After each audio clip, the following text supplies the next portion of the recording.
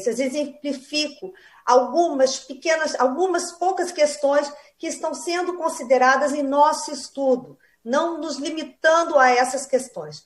Com relação à propaganda eleitoral, apontamos algumas inconsistências. O artigo 36A da Lei 9.504, a Lei das Eleições, declara que não configura propaganda eleitoral antecipada desde que não envolva pedido explícito de votos, a menção à pretensa candidatura, a exaltação das qualidades pessoais dos pré-candidatos e ainda uma série de atos estabelecidos nos incisos do artigo 36A.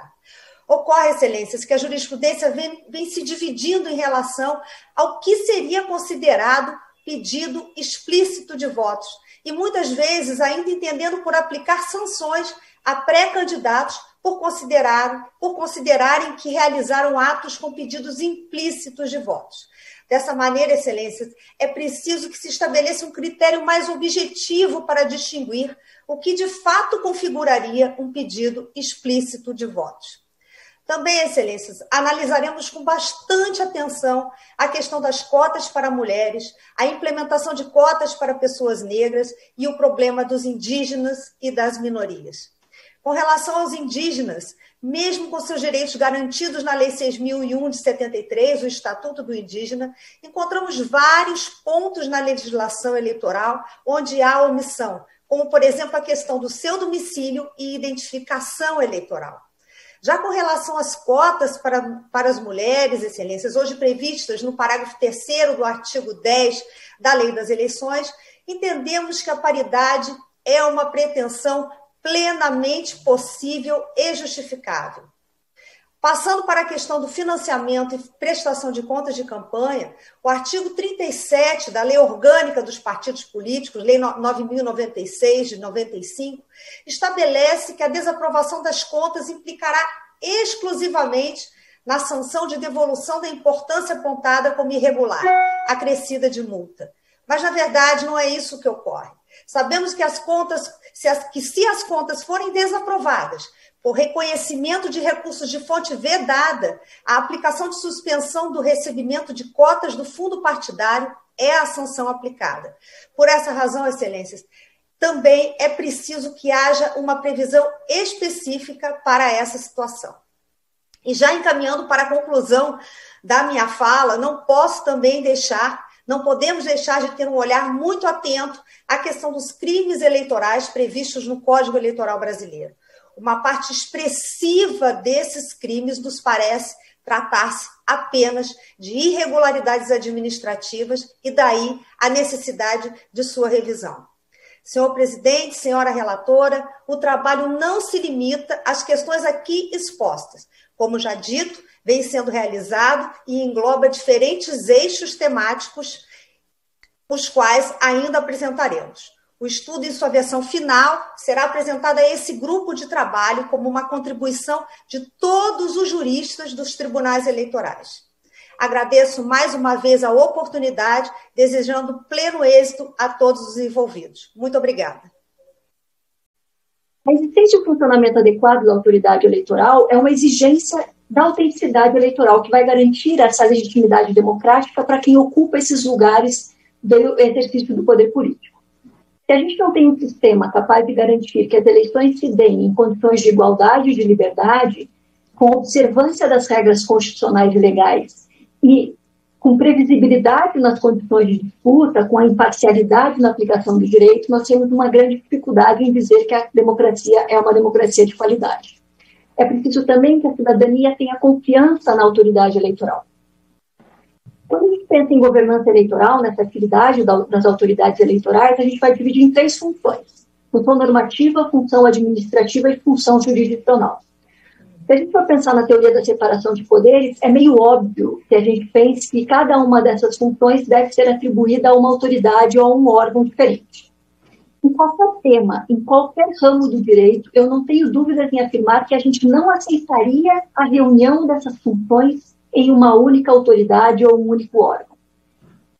Nunca a gente aceitaria que alguém que produzisse regras, aplicasse as regras de ofício para administrar e também resolvesse questões e conflitos derivadas da aplicação do direito ou aí da forma como são administradas as coisas. entanto, nosso modelo de autoridade eleitoral vai reunir todas essas funções na justiça eleitoral.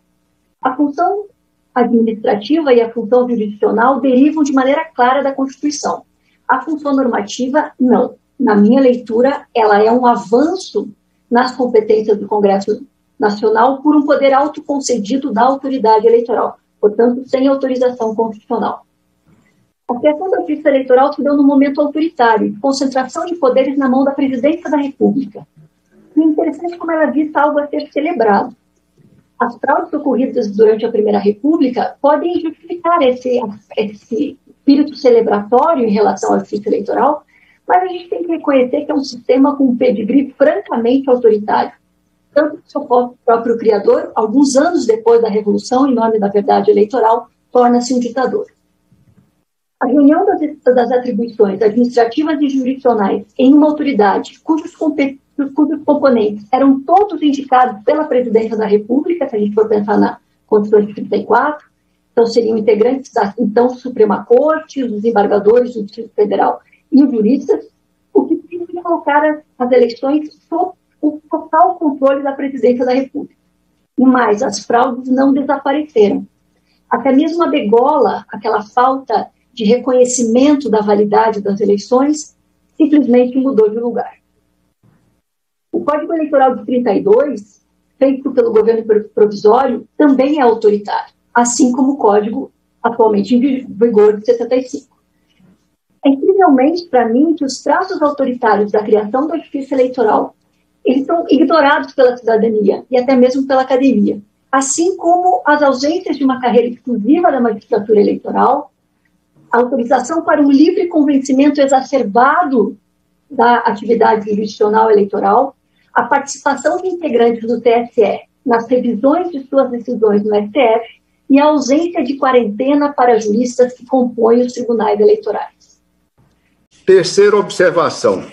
Sabemos há muito que o principal responsável pelos 3 fenômenos nocivos que apontei, a fragmentação, a personalização e a ausência de apoio significativo na sociedade, tem um responsável claro, que é o voto proporcional de lista aberta, que fora o Brasil isso é praticado da forma como é em 3 ou 4 países, e que no nosso caso é agravado pelos distritos, pelos grandes distritos, às vezes enormes, que são as unidades da federação.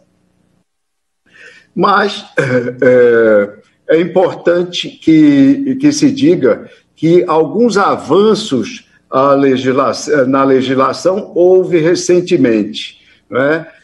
Entre eles, vale mencionar a cláusula de barreira gradativa e o fim das coligações proporcionais. No momento, vê-se na imprensa ideias, iniciativas de que se abra mão desses avanços. Abrir mão desses avanços seria, no meu entendimento, contratar o fim dos partidos e golpear, por consequência, duramente a democracia que temos e que hoje já se encontra tão estressada. Quarta observação, que, na verdade, vai como uma sugestão à comissão para reflexão. Por que nós temos campanhas tão curtas? Por que as campanhas brasileiras são tão curtas e progressivamente se tornaram mais curtas desde o início da nova República? Nas últimas eleições, tivemos 45 dias de campanhas. Campanhas curtas são típicas de regimes parlamentaristas. No presidencialismo americano, as campanhas começam há mais de um ano antes da eleição geral. Não se está falando em aumentar o volume de recursos financeiros ou tempo de televisão e rádio. Está se falando em diluí-los no intervalo de tempo maior. A campanha curta concentra hoje uma quantidade exagerada de tempo de rádio e televisão a cada dia. São 70 minutos de propaganda, 140 comerciais de 30 segundos, replicados em 5 redes de televisão, 700 inserções diárias. Aborrece as pessoas, as deixa ainda mais irritadas com a política. Por que não diluir essa quantidade em 2 meses pelo